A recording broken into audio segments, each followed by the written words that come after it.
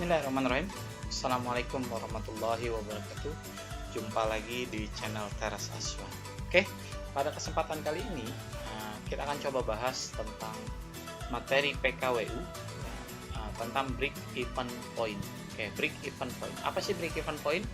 Nah, di sini akan kita coba bahas kenapa karena break even point ini adalah salah satu komponen penting gitu ya, dalam menganalisa apakah usaha ini bisa menguntungkan, apakah usaha ini bisa terus berlangsung ketika dengan biaya seperti ini. Nah, itu kita analisis. Salah satu analisisnya adalah dengan cara menggunakan break even point. Oke, langsung kita masuk ke pembahasan kita tentang break even point.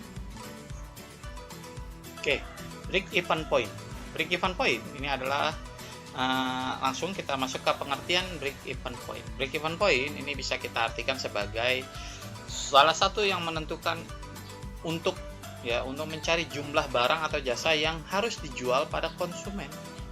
Ya, yang harus dijual pada konsumen pada harga tertentu. Oke, pada harga tertentu untuk menutupi biaya yang timbul atau biaya produksi. Jadi kita bisa menganalisis nanti berapa biaya dari biaya yang kita jual, dari biaya yang kita perlukan biaya yang kita perlukan untuk memproduksi suatu barang, berapa sih barang yang harus kita jual dengan harga sekian gitu. Nanti kita bisa tahu, oh berarti kita baru bisa dikatakan untung. Ingat ya, usaha baru bisa dikatakan untung jika sudah menutupi semua biaya. Analisanya dari mana? Analisanya adalah dari break even point. Break even point artinya, kalau kita artikan secara bahasa, break itu artinya titik ya, even itu ketika. Jadi titik ketika dikatakan usaha itu biaya itu terpenuhi. Ya, titik dimana ketika biaya itu terpenuhi atau tertutupi semua. Dari biaya yang timbul itu semua tertutupi. Baik itu nanti ada dua macam biaya, yaitu biaya variabel. Ya, biaya variabel dan biaya tetap. Nanti kita akan bahas secara lebih dalam apa itu biaya tetap dan apa itu biaya variabel. Oke, kita langsung masuk. Terima kasih telah menonton video ini. Jangan lupa berikan like, komentar, dan subscribe untuk mendukung channel ini. Sampai jumpa lagi di video berikutnya. Atau manufaktur dan manfaat BP antara lain: 1. Merancang untuk menghasilkan laba.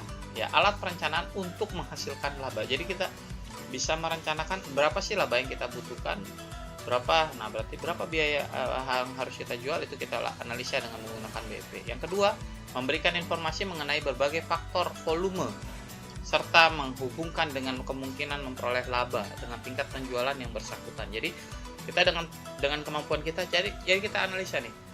Contoh, kita mampu menjual pop ice.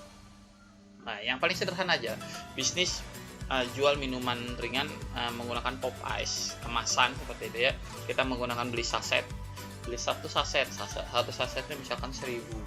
Terus beli es batunya taruhlah rata-rata dibutuhkan hanya Rp100 per kali satu itu. Nah, terus apa lagi, kemasannya itu Rp200 gitu ya, kemasannya Rp200. Terus alat, kita butuh apa lagi? Ada alat press. Kita butuh apa lagi? Butuh meja. Kita butuh apa lagi? Butuh sewa tempat gitu. Nah, itu biaya-biaya yang timbul itu kita bisa kumpulkan, kita bisa kumpulkan dan kita bisa analisis BEP-nya ya, BEP-nya. Jadi kemungkinan memperoleh laba itu ketika apa? Ketika kita bisa misalkan contoh menjual minimal sekian dalam satu hari gitu ya. Oke, itu bisa kita analisa dengan cara menggunakan BEP. Oke, lanjut. Yang ketiga, ini kita akan mengevaluasi laba dari perusahaan secara keseluruhan. Jadi kita bisa mengevaluasi labanya. Ya, yang berikutnya, yang keempat, kita dapat mengganti sistem laporan yang tebal dengan grafik, itu membaca dengan mudah dimengerti. Jadi kita dapat menggunakan BEP itu bisa digambarkan secara grafik. Oke, kita lanjut. Nah, biaya produksi. Oke, biaya produksi, ya, biaya suatu produksi pasti akan memerlukan biaya untuk memproduksi barang. Biaya yang diperlukan itu tadi seperti yang saya bilang di awal, ada dua macam, yaitu biaya tetap dan biaya variabel. Apa sih biaya tetap? Biaya tetap dan biaya variabel itu bisa dibedakan dengan cara yang pertama, komponen-komponen yang diperlukan dalam perhitungan BP adalah biaya tetap dan biaya variabel. Yang kedua, yang harus kita tahu, dalam usaha itu yang dimaksud dengan biaya tetap adalah total pengeluaran yang tidak akan mengalami perubahan. Jadi yang tidak akan mengalami perubahan apabila perubahan volume diproduksi. Jadi mau banyak atau sedikit produksi, biaya tetap itu tetap harus dikeluarkan. Contoh, biaya untuk pembelian mesin. Biaya untuk pembelian mesin. Contoh kayak tadi kita mau jualan pop ice di pinggir jalan. Biaya apa ya? Mesin apa? Butuh mesin press gitu, misalkan press tutup. Terus apa lagi? Biaya tetap apa lagi? Pembelian booth gitu atau meja dagangan, itu artinya biaya tetap yang tidak bisa dihindarkan. Artinya mau kita jual berapa, mau kita produksi berapa, biaya tadi pembuatan booth, terus pembelian alat press tetap harus dikeluarkan tanpa harus melihat berapa banyak barang yang harus kita produksi. Jadi, tanpa melihat volume produksi, itu namanya biaya tetap. Yang kedua adalah biaya variabel. Biaya variabel adalah total biaya atau pengeluaran yang berubah-ubah tergantung dari volume produksi. Contoh kalau tadi pop ice berarti biaya variabel apa? Contoh tadi berapa harga saset? Tadi harga sasetnya Rp900 per saset. Nah, itu adalah biaya variabel jatuhnya. Kenapa? Semakin banyak barang yang kita jual, kita butuh sasetan pop ice tadi lebih banyak gitu. Semakin banyak, contoh apa lagi? Biaya kemasan itu juga termasuk dalam biaya variabel. Kenapa? Semakin banyak yang kita jual, maka kita butuh kemasan yang lebih banyak gitu. Nah, itu namanya biaya variabel. Biaya variabel. Oke, tergantung dari biaya. Oke. Nah, perbedaannya yang pertama di sini harus kamu pahami. Kalau kita lihat tabel, nah perbedaan dari biaya tetap dan biaya variabel. Yang pertama, dari segi pengertiannya tadi, ini biaya tetap adalah biaya yang tetap sama terlepas dari volume yang dihasilkan. Yang ini biaya ikut berubah ketika volumenya berubah. Penilaiannya, ini waktu, terkait dengan waktu. Jadi biaya tetap biasanya hanya terkait dengan waktu. Contoh kayak tadi sewa tempat. Sewa tempat berapa? Setahun. Nah, itu berarti ada waktu yang harus dicapai. Jadi usaha itu bisa berlangsung atau tidak. Bisa berlangsung atau tidak ketika apa? Ketika biayanya atau kemampuan dia menjual atau kemampuan dia memproduksi ya itu lebih besar dari waktunya, ya artinya lebih cepat dari waktunya. Contoh, dia mampu memproduksi, contoh tadi pop ice yang paling gampang ya, artinya kamu bisa bayangkan banyaklah usaha itu di pinggir jalan. Contoh, kamu hanya mampu menjual pop ice itu di pinggir jalan dengan lokasi kamu itu hanya mampu contoh menjual cuma 20 saset, 20 bungkus dalam satu hari. Kira-kira dengan biaya sewa, misalkan contoh dengan biaya sewa 500.000, apakah cukup gitu 20 tempat itu, 20 cup itu dalam waktu 1 bulan? Apakah cukup menutupi semua BEP-nya? Itu bisa kita lihat. Kalau nggak cukup berarti apa? Usaha itu tidak bisa lanjut. Usaha itu dikatakan rugi. Ya, usaha itu rugi, artinya tidak bisa dilanjut. Ketika misalkan dia dapat mencapai BEP dalam waktu sekian, misalkan dalam waktu hanya 2 bulan, sedangkan sewa tempatnya 1 tahun, nah, berarti usaha itu bisa dikatakan apa? Usaha itu bagus dan bisa dilanjutkan. Dengan harapan volume penjualannya bisa meningkat. Itu namanya, kita bisa menganalisa dari situ. Terus ingat ya, biaya variabel itu terkait dengan volume. Waktu terjadinya biaya tetap itu biaya pasti terjadi, dan biaya ini terlepas dari harga unit produksi ya. Dan biaya variabel ini biaya yang hanya dari unit produksi, jadi tergantung dari berapa unit produksi yang diproduksi. Terus biaya satuannya ini biaya merubah harga setiap satuan unit. Jika unit yang diproduksi meningkat, biaya tetap per unit menurun, begitu sebaliknya. Biaya tetap ini produksi itu per unit tetap, jadi berapapun ini ya tetap biaya tetapnya ya. Karena apa, biaya variabel ini ya kayak seperti bahan bakunya lah. Oke, lanjut. Nah, perbedaan yang berikutnya keempat adalah perilaku. Perilaku dari biaya tetap ini selalu tetap atau konstan dalam jangka waktu tertentu, dan biaya variabel itu berubah-ubah. Dan terus kombinasi darinya adalah ini adalah overhead atau produksi tetap atau biaya administrasi, biaya penjualan tetap, dan distribusi overhead. Nah, itu kombinasinya. Sedangkan ini adalah biaya langsung, tenaga kerja langsung. Nah, kita tenaga kerja juga termasuk dalam biaya variabel. Kenapa? Semakin banyak yang diproduksi, pasti tenaga kerjanya akan semakin banyak. Itu yang termasuk dalam kombinasi dalam biaya variabel. Oke, berikutnya nih contoh dari biaya tetap itu ada penyusutan, sewa, gaji, asuransi, pajak, dan lain-lain. Itu adalah biaya tetap. Jalan biaya variabel itu adalah bahan baku, upah. Apa bedanya gaji sama upah? Beda gaji dengan upah, kalau gaji adalah suatu hal yang harus kita bayar tetap gitu ya. Misalkan kita membayar karyawan, itu jatuhnya gaji.